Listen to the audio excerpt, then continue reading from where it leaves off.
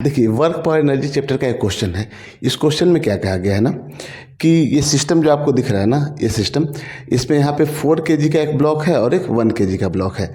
ठीक है, ये 4 kg का ब्लॉक जो है ना स्ट्रिंग से ऐसे मूव करता हुआ और यहाँ से ऐसे आ रहा है ना, ऐसे आ रहा है। और ये स्ट्रिंग देखिए आप, यहाँ से यहाँ ऐसे एक ही स्ट्रिंग है जो कि ऐसे ऐसे आकर ऐसे घूम कर यहाँ तक गई हुई है। ठीक है ना।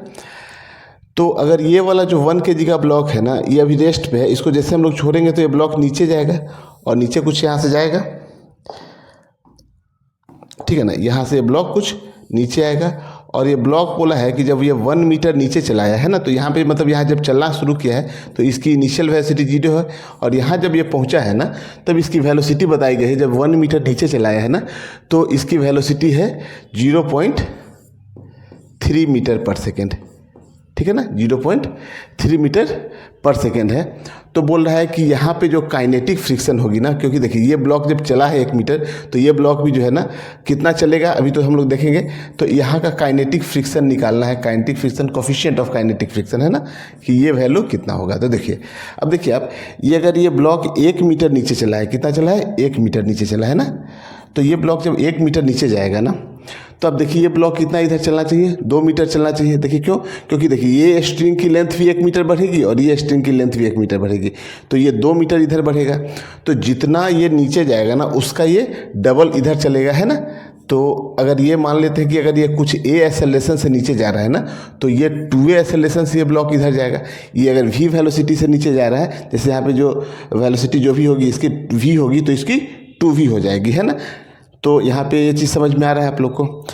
तो हम लोग को ये पूछा गया कि यहाँ का कोफिशिएंट ऑफ काइनेटिक फ्रिक्शन कितना हो। देखिए अभी ब्लॉक चल रहा है ना, अगर ब्लॉक रेस्ट पे रहता है तो स्टैटिक फ्रिक्शन लगता है, और ब्लॉक जब चल रहा है तो काइनेटिक फ्रिक्शन लगता है। तो कोफिशिएंट ऑफ काइनेटिक फ्रिक्शन आपको बताना है यहाँ पे। चलिए, तो अब ऐसे देखिए आप, यहाँ पे हम लोग क्या करते हैं ना कि ये ब्लॉक जब 1 मीटर नीचे गया है और इसकी वेलोसिटी कितनी हो गई है, 0.3 मीटर्स पर सेकेंड हो गई है। तो हम लोग यहाँ से क्या कर ले रहे हैं ना कि सबसे पहले निकाल ले रहे हैं एक्सेलरेशन की वैल्यू कितनी है। तो देखिए एक्सेलरेशन की अगर वैल्यू आप निकालिए तो v² equal to u² plus 2as, यही फॉर्मूला लगाएंगे इस ब्लॉक के लिए। तो फाइनल में वेलोसिटी कितनी है, 0.3। तो 0.3 का जब स्क्वायर करेंगे आप तो 0.09 आ जाएगा। इनिशियल में वेलोसिटी यहाँ पे 0 है, 2 इंटू एक्सेलरेशन और डिस्टेंस जो कवर किया वो कितना किया है, 1 मीटर। तो यहाँ से आप देखिए ए की जो वैल्यू निकल के आ जाएगी ना, वो कितनी होगी, 0.09 और अपॉन 2, तो ये वैल्यू आ गई 0.045। समझ में आ रहा है ना, इतना मीटर पर सेकेंड स्क्वायर। तो जो 1 kg वाला ब्लॉक है ना, इसका एक्सेलरेशन कितना आ गया है, 0.045 मीटर पर सेकेंड स्क्वायर आ गया है। ठीक है ना, यहाँ तो कोई दिक्कत नहीं है। तो अगर इसका एक्सेलरेशन है तो इसका एक्सेलरेशन डबल होगा, इसका मतलब इसका 2 टाइम्स हो जाएगा, है ना। तो यहाँ पे a की वैल्यू है इतनी। अब हम लोग क्या कर रहे हैं ना कि दोनों ब्लॉक के लिए इक्वेशन लिखते हैं यहाँ पे। तो अगर हम लोग 1 kg वाले ब्लॉक के लिए इक्वेशन लिखें तो देखिए 1 kg पे क्या नीचे लग रहा है, mg लग रहा है। और टेंशन यहाँ पे देखिए, तो टेंशन जो लगेगा ना वो आपका यहाँ पे T लगेगा, यहाँ पे भी T लगेगा, यहाँ पे T लगेगा। तो यहाँ पे कितना हो जाएगा, 2T हो जाएगा, है ना। तो ऊपर की ओर हो जाएगा 2T, यहाँ पे नीचे की ओर ऐसे दिखाएंगे तो ये भी 2T होगा, है ना। और इसका खुद का mg नीचे की ओर लगेगा। ठीक है ना। तो अगर हम लोग 1 kg वाले ब्लॉक के लिए इक्वेशन लिखें तो क्या लिखेंगे, देखिए 1 kg वाला ब्लॉक नीचे जा रहा है, तो हम लोग इसके लिए लिखेंगे mg minus 2T equal to ma, mg minus 2T equal to ma। समझ में आ रहा है चीज़। अब यहाँ से देखिए m की वैल्यू कितनी है, यहाँ पे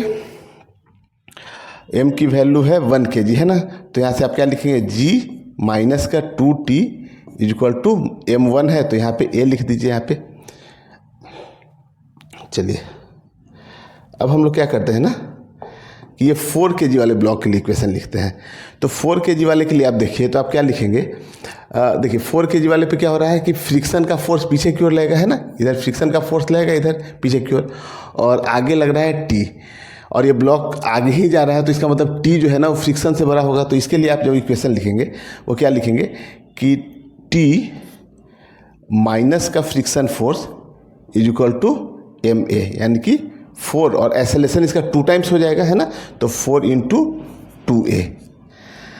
अब देखिए हम लोग को फ्रिक्शन फोर्स चाहिए, हम लोग क्या कर ले रहे हैं यहाँ ना कि 2 से मल्टीप्लाई कर लें दोनों साइड, ताकि ये यहाँ पे आपका जो है ना टेंशन का टर्म कैंसिल हो जाए। तो देखिए यहाँ पे अगर 2 से मल्टीप्लाई करते हैं तो यहाँ भी 2 से मल्टीप्लाई करें तो इधर भी 2 से मल्टीप्लाई करना होगा। अब ये दोनों इक्वेशन को अगर आप ऐड करते हैं ना तो देखिए 2t से 2t ये कैंसिल हो गया यहाँ पे। तो यहाँ से क्या आ गया, g माइनस का 2f is equal to 4 2 8 2 16a और प्लस a, है ना, तो कितना हो जाएगा ये,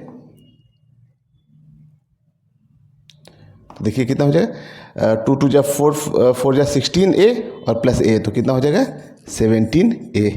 यहाँ तक समझ में आ रहा है, कोई दिक्कत नहीं है।